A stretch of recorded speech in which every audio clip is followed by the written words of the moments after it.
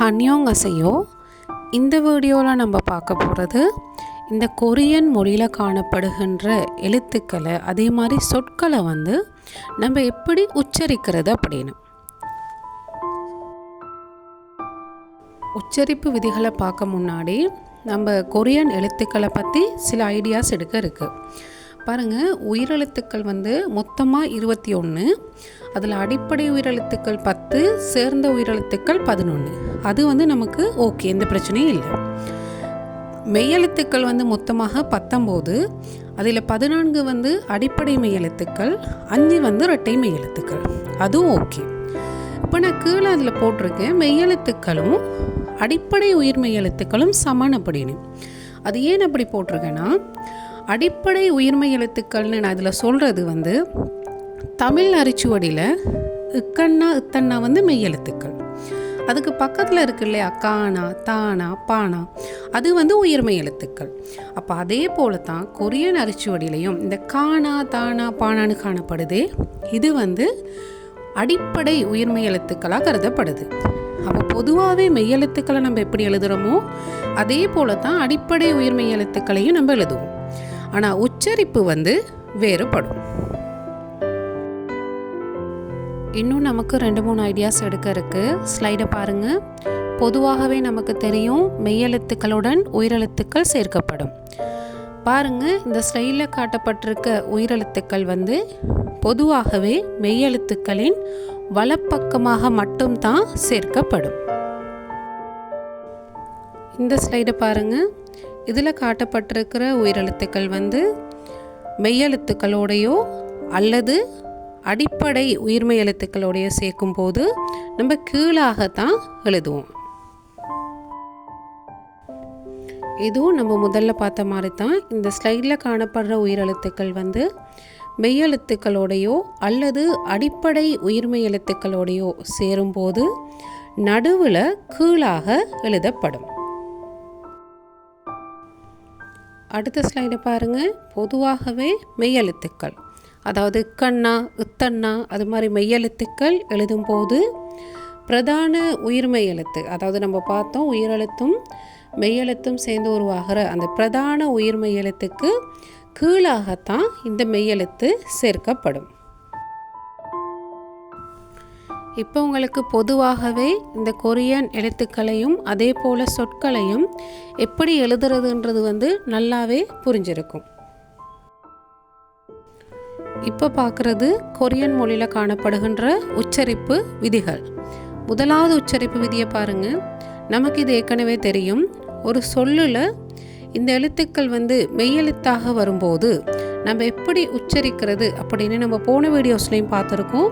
இப்போ இந்த ஸ்லைடை பார்க்கும்போது உங்களுக்கு விளங்கும். அதாவது இந்த எழுத்துக்கள் ஒரு சொல்லில் மெய்யெழுத்தாக வரும்போது எப்படி நம்ம உச்சரிப்போம் அப்படின்னு. அடுத்து நம்ம பார்க்க போகிற 2வது உச்சரிப்பு விதியை பாருங்கள். பமகலப்பன தியரி. அதாவது பாருங்கள், இந்த தியரியை நான் கீழே கொரியன் எழுத்தில் எழுதியிருக்கேன். பெரிய பானா மானா கானா லானா பானா நானா. அப்போ இந்த தியரியை நம்ம எப்படி யூஸ் பண்ணுறதுன்னா, பொதுவாகவே ஒரு சொல்லில் இரு மெய்யெழுத்துக்கள், இப்போ நம்ம சொன்ன இந்த இரு மெய்யெழுத்து இரட்டை மெய்யெழுத்துக்கள் இல்லை, இரு மெய்யெழுத்துக்கள் காணப்படும் போது இந்த தியரிக்குள்ள எந்த எழுத்து முதலாவது காணப்படுதோ அந்த எழுத்தை தான் நம்ம உச்சரிப்போம். ஆனால் இப்போ இந்த தியரியில் இல்லாமையும் வேறு மெய்யெழுத்துக்களும் காணப்படுது தானே. அப்படி காணப்படும் போது இப்போ நம்ம இந்த தியரியில் இல்லாமல் இந்த 6 எழுத்தை தவிர வேறொரு எழுத்து காணப்பட்டால் அந்த எழுத்துக்கான சத்தத்தையோ அந்த எழுத்துக்கான, அதாவது மெய்யெழுத்துக்கான அந்த சத்தத்தை நம்ம உச்சரிக்க மாட்டோம். இந்த எழுத்தில் ஏதாவது ஒரு எழுத்து அங்கே காணப்பட்டால் இந்த எழுத்தை தான் நம்ம உச்சரிப்போம். உங்களுக்கு எக்ஸாம்பிள் பார்க்கும்போது விளங்கும். பாருங்கள், முதலாவது உதாரணத்தை பாருங்கள். மாந்தா. இப்போ இந்த மாவண்ணாக்கு கீழே இன்னன்னான்ற மெய்யெழுத்தும் காணப்படுது. அந்த 2வது காணப்படுகின்ற அந்த எழுத்து மெய்யெழுத்தாக வரும்போது நம்ம இத்தன்னான்னு உச்சரிப்போம். அப்போ ஆனால் இந்த இத்தன்னான்னு உச்சரிக்கிற எழுத்து பமகலப்பன தியரியில் இருக்குதா? இல்லை. அப்போ பமகலப்பன தியரியில் காணப்படுறது இன்னன்னா. அப்போ நம்ம இந்த எழுத்தை உச்சரிக்கும் போது மான் தானு தான் உச்சரிப்போம். மாத்தான்னு உச்சரிக்க மாட்டோம். எப்படி உச்சரிப்போம்? மான்தா. ஏன்னா பமக்கலப்பன தியரியில் என்னென்ன காணப்படுது, இந்த எழுத்து காணப்படலை. இரண்டாவது உதாரணத்தை பாருங்க. தாக். இப்போ இதில் தாவண்ணாக்கு கீழே இளநான்ற மெய்யெழுத்தும் காணப்படுது, இக்கண்ணான்ற மெய்யெழுத்தும் காணப்படுது. இப்போ பமக்கலப்பன தியரியில் எந்த எழுத்து முதலாவது காணப்படுது பாருங்க. ப ம க ல. இக்கண்ணா தான் முதலாவது காணப்படுது. அப்போ இந்த எழுத்தை நம்ம உச்சரிக்கும் போது தாக் அப்படின்னு உச்சரிப்போம். இதே மாதிரி நீங்கள் நிறைய சொற்கள் ட்ரை பண்ணி பாருங்க. உச்சரிப்பு விதி 3 நமக்கு ஏற்கனவே தெரிஞ்சது. பாருங்க, இரட்டை உச்சரிப்புடைய இந்த உயிர்மை எழுத்துக்கள் ஒரு சொல்லில் முதலாவதாக காணப்படும் போது முதலாவது உச்சரிப்பு எடுக்கும், இரண்டாவதாக அல்லது மூன்றாவதாக காணப்படும் போது தண்ட இரண்டாவது உச்சரிப்பு எடுக்கும். உதாரணம் பாருங்க. இக்கண்ணா ஓனாவோட சேர்ந்து கோ, அந்த எழுத்து கோன்னு உச்சரிக்கப்படுது. ஆனால் அந்த இக்கண்ணா ஈனாவோட சேர்ந்து உருவாகி இருக்க அந்த உயிர்மை எழுத்து கீன்னு உச்சரிக்கப்படுது. அப்போ இந்த எழுத்து எப்படி உச்சரிக்கப்படுது? கோகி. நமக்கு கோகின்னு உச்சரிக்க முடியாது. அடுத்த எழுத்தை பாருங்க. நா பீன்னு தான் உச்சரிக்க முடியும். அதாவது நாபி. இந்த எழுத்தை நமக்கு நா பீன்னு உச்சரிக்க முடியாது. அடுத்த உச்சரிப்பு விதியை பாருங்க. ஒரு சொல்லுல மெய்யெழுத்தாக காணப்படுற எழுத்து, அதாவது ஒரு சொல்லில் மெய்யெழுத்தாக காணப்படுற எழுத்து அடுத்த உயிர்மை எழுத்தாக காணப்படுது. ஆனால் அப்படி காணப்படுற அந்த உயிர்மை எழுத்து இரட்டை உச்சரிப்புடைய எழுத்தாக காணப்பட்டா அந்த உயிர்மை எழுத்து முதலாவது காணப்படுற உச்சரிப்பை தான் கொடுக்கும். இப்போ பாருங்க, நமக்கு இந்த சொல்ல எப்படி உச்சரிக்கலும் பப்பாலி அப்படின்னு தான் உச்சரிக்க முடியுமே தவிர பப்பால்ரின்னு சொல்லி உச்சரிக்க முடியாது. அடுத்த விதியை பாருங்க.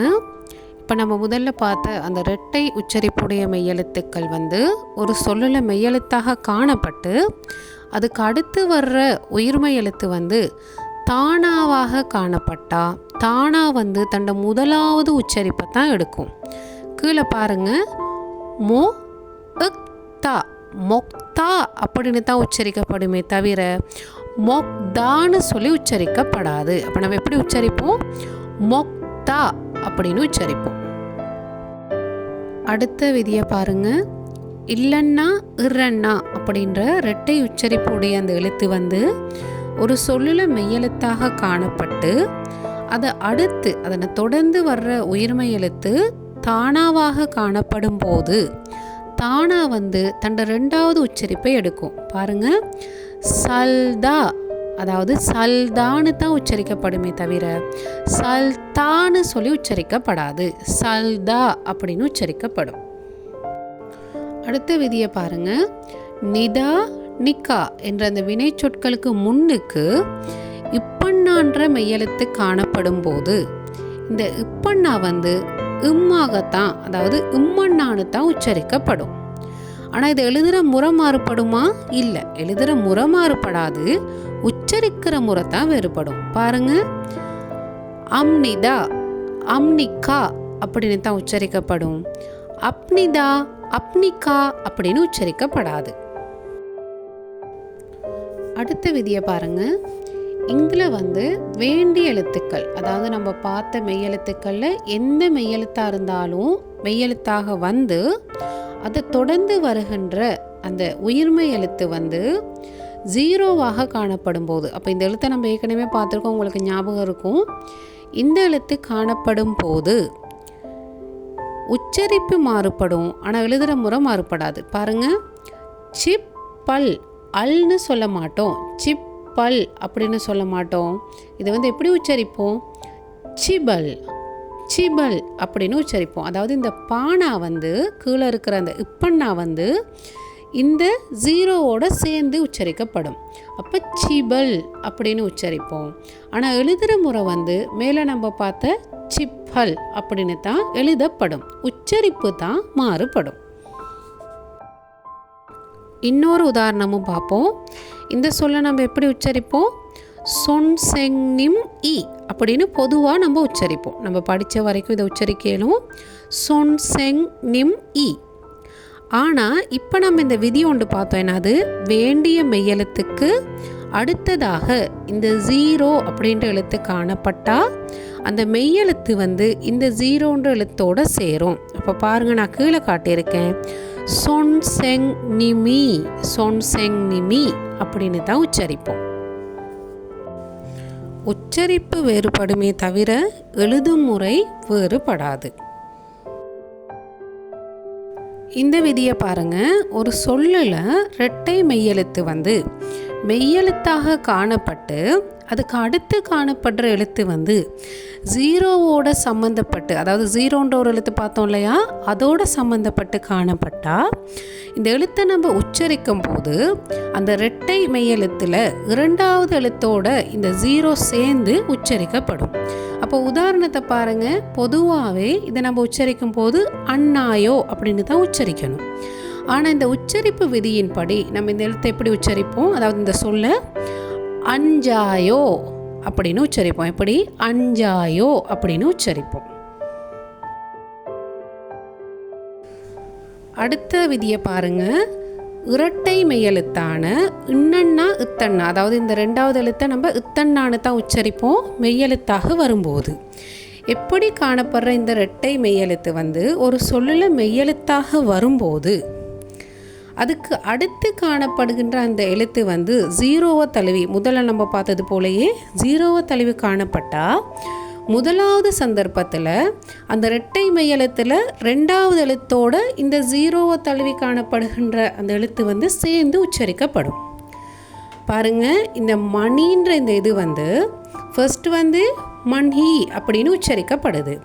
அதுக்கு அடுத்ததாக மீண்டும் இந்த எழுத்து என்ன செய்யும்னா இன்னண்ணாவோட சேர்ந்து மானி அப்படின்னு உச்சரிக்கப்படும். உங்களுக்கு உதாரணத்தை பார்க்கும்போது விளங்கி கொள்ளலாம். இறுதியான உச்சரிப்பு விதியை பாருங்கள். வேண்டிய எழுத்துக்கள், அதாவது நம்ம பார்த்த மெய்யெழுத்துக்களில் எந்த எழுத்துனாலும் மெய்யெழுத்தாக வந்து அதை தொடர்ந்து அந்த ஹான்னு சொல்கிற எழுத்து காணப்பட்டா அந்த ஆன்ற எழுத்து வந்து மெய்யெழுத்துக்களோட சேர்ந்து மெய்யெழுத்து எந்த உச்சரிப்பை தருதோ அந்த உச்சரிப்பை தான் தரும். இந்த சொல்ல பார்க்கும்போது உங்களுக்கு விளங்கும். சொல்ல உச்சரிக்கிற விதம்தான் வேறுபடுமே தவிர எழுதுகிற முறை வந்து வேறுபடாது. அப்போ இந்த வீடியோவில் இதுவரைக்கும் நம்ம பார்த்தது கொரியன் எழுத்துக்களையும் சொற்களையும் நம்ம எப்படி உச்சரிக்கிறோம் அப்படின்றதுக்கான சில உச்சரிப்பு விதிகளை தான் பார்த்தோம்.